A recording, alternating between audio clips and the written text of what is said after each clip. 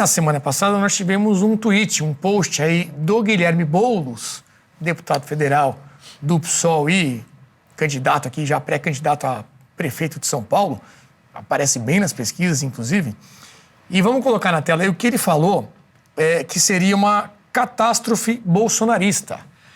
Diz ali o Guilherme Boulos, a renda do 0,01% mais rico, ou seja, apenas 15 mil pessoas, no Brasil disparou 96% entre 2017 e 2022.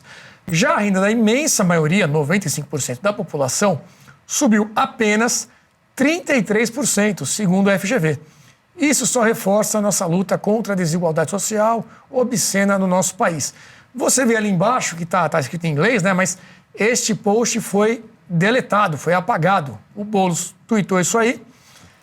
Começou a repercutir bastante, muita gente comentou o quê? O que tem ali, meio que sem querer, né? Ele está admitindo que a renda de 95% da população aumentou 33% no período pós-Dilma, né? 2017 até 2022, que foram aí 4 anos de governo Bolsonaro. E que, no fundo, só quer perseguir aqueles que são de alta renda. E aí, qual foi a lembrança que nós até batizamos hoje esse quadro, Luiz Felipe, que é o Carta na Manga, né? Nós estamos aqui no Cartas na Mesa e vamos trazer aqui a nossa Carta na Manga, que é uma coisa do passado para falar sobre este assunto aqui do post do Boulos. Vamos assistir.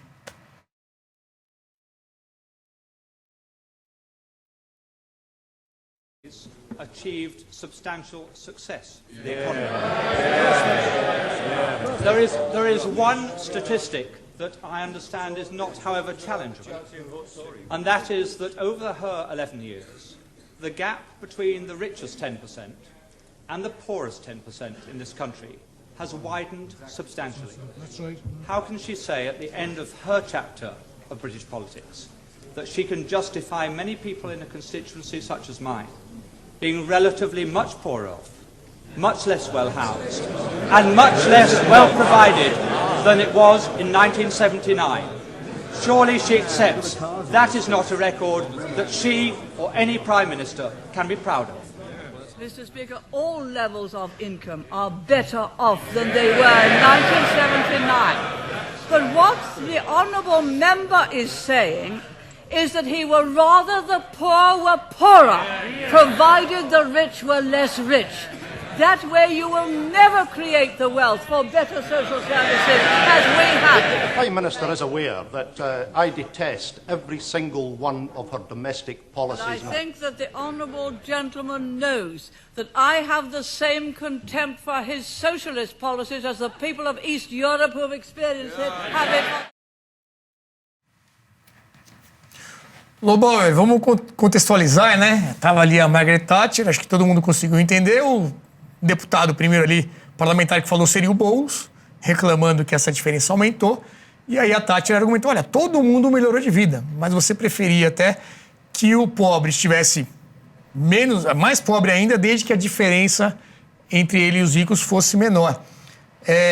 Como é que você viu aí esse post do Boulos? É uma situação ali que dá para comparar, que a gente trouxe? Não, muito bom esse exercício aí que você tem feito. É excelente. Muitas coisas interessantes. Primeira, a Thatcher saiu do governo em 1991, faz mais de 30 anos. E esse debate já estava acontecendo lá, já deveria ter sido aprendido por todos nós, na América Latina inteira, depois de 30 anos. Mas a gente ainda não aprendeu. O que é obsceno, senhor Boulos, é o senhor ainda existir e defender essas ideias que há 30 anos a Inglaterra já jogou no lixo. Porque o que veio depois foi o Tony Blair, para quem se lembra, que era um socialismo cor-de-rosa, né? Que já era uma coisa mais maneirinha. Então, assim, a gente ainda não aprendeu. E pior, o sujeito vai ser candidato a ter o terceiro orçamento do Brasil, com chances de ganhar. E a juventude toda, em boa parte paulistana, vai votar no homem, né? Depois o seguinte, sabe quem me mostrou essa nota que saiu do ar? O meu filho de 13 anos, é isso que me alegra.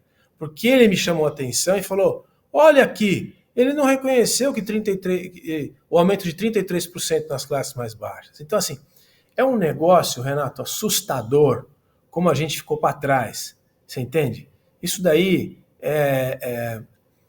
resultado do nosso sistema educacional, que para mim é a última coisa que nos resta a trabalhar para ver se a gente consegue, não sei se resolver, mas diminuir essa coisa horrorosa que é essas ideias. É tão idiota que ele mesmo viu como ele é idiota e tirou do ar, mas todo mundo já viu, tá certo? E o sujeito ainda tem chance de ser prefeito de São Paulo, né? Então, assim, o que a gente tem que fazer é tirar isso das escolas, porque isso daí, o que está embutido nesse argumento, e no argumento do deputado lá do parlamento inglês, está nas escolas brasileiras, em todos os níveis. Então a gente está sendo educado com essas ideias estúpidas, de que você tem que tirar dos ricos para dar para os pobres, a política do Robin Hood, né? Isso não funciona, nunca funcionou, não funciona e não vai funcionar. A mesma coisa para a política industrial, se me permite, que o tempo vai acabar, eu não posso deixar a oportunidade. Essa política industrial que está se cantando aí, ela não deu certo, não vai dar certo, nunca vai dar certo no Brasil. Essa política industrial, a única política industrial que o Brasil precisa é a seguinte, a coisa que eles nunca vão fazer, que é reduzir imposto, melhorar a infraestrutura, reduzir o custo do trabalho, investir no capital humano e na tecnologia e liberalizar os processos produtivos. Tudo isso que eu falei agora, o governo nesse primeiro ano fez ao contrário. Ouviram falar em imposto sindical? Já ouviram falar em desoneração da folha que vai ser revertida ou estão tentando reverter? Ouviram falar em algum investimento em infraestrutura que não seja o PAC, que não tem de onde tirar? É o que o Ricardo falou agora. Eles apresentam um plano lindo, com bilhões e bilhões, não sabem de onde vai sair. Esses 300 bi aí, é BNDES, olhe lá, não se sabe como vai fazer. É financiamento para conteúdo nacional. Conteúdo nacional nunca deu certo. Nem na época do crescimento em massa forçada dos anos 70 deu certo. E olha que aquela época fazia sentido. Então é um negócio tão surreal, que assim, é o que a gente falou o programa inteiro. Volto ao Marcel. Vamos acreditar que esse negócio vai ruir em tempo da gente poder trabalhar para reverter, porque é surreal. Política industrial com esse perfil é realmente para deixar qualquer cristão maluco. Jean Turco, você que acompanha muito também esse assunto aí das narrativas, né? Essa é uma típica delas, né? Você foca ali na desigualdade, não olha o número absoluto, pega ali a porcentagem e o Boulos acabou se atrapalhando nessa, né? Olha, eu acho bem interessante, até profundo, na verdade. É profunda essa questão, porque é uma questão muito abordada na filosofia política, né? Então, existem, obviamente, diferentes visões, mas duas grandes visões. Uma que acha que é tudo bem se acontecer isso, se os ricos ficarem ainda mais ricos, desde que os pobres também fiquem mais ricos, até sim em proporções diferentes. E outra, e até é importante entender isso, até John Rawls, um dos maiores filósofos políticos e ideólogos da esquerda mundial, né, social-democrata, progressista, etc., ele escreve abertamente, explicitamente, que é tudo bem se os ricos ficam mais ricos, desde que os pobres também fiquem mais ricos, mesmo se em proporções diferentes. Então, John Rawls, que é um dos maiores intelectuais dessa turma, fala isso. Isso mostra o que eu venho falando sempre, que é o contrário. Este grupo aí, Boulos, PT, PSOL, etc e tal, e o que compõe, infelizmente, grande parte da opinião pública, não é social-democracia, não é esquerda normal, moderada, moderna de 2024. São ainda um bando de velhos marxistas e neomarxistas. Claro, marxismo barato, mas é isso. Não é isso. Então, assim, eu não acho que... Ele mesmo viu que escreveu uma cretinice, é o ponto que tirou. Não acho que ele, obviamente, seja infeliz que os pobres tenham ficado 33% mais ricos, mas denota o quê?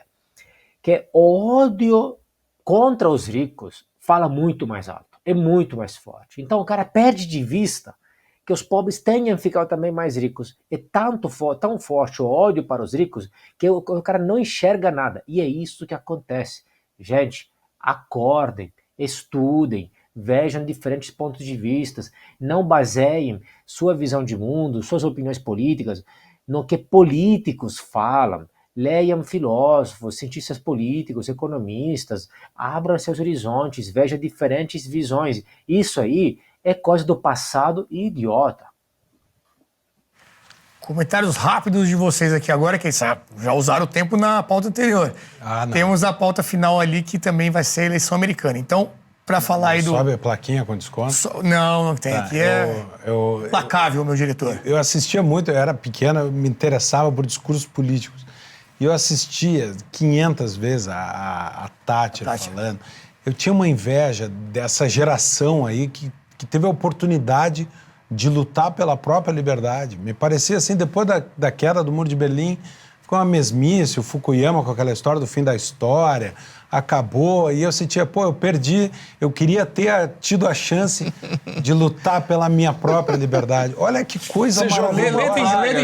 Olha a circunstância. Achamos o culpado. Olha o que as circunstâncias estão nos dando, a oportunidade de defender a nossa liberdade, dos nossos filhos para o futuro. Isso é maravilhoso. Então, obrigado, Thatcher. Que bom que nós temos esses registros dela aí, porque nós vamos precisar disso. É um grupo criminoso. Ele é um grupo criminoso. Todos eles são um grupo criminoso. É uma fachada de esquerda. Isso é uma fachada de partido político, fachada de representantes. É um grupo criminoso que está aí para roubar e pilhar completamente o que é o Estado brasileiro e a vontade do povo brasileiro. Então, sem mais comentários.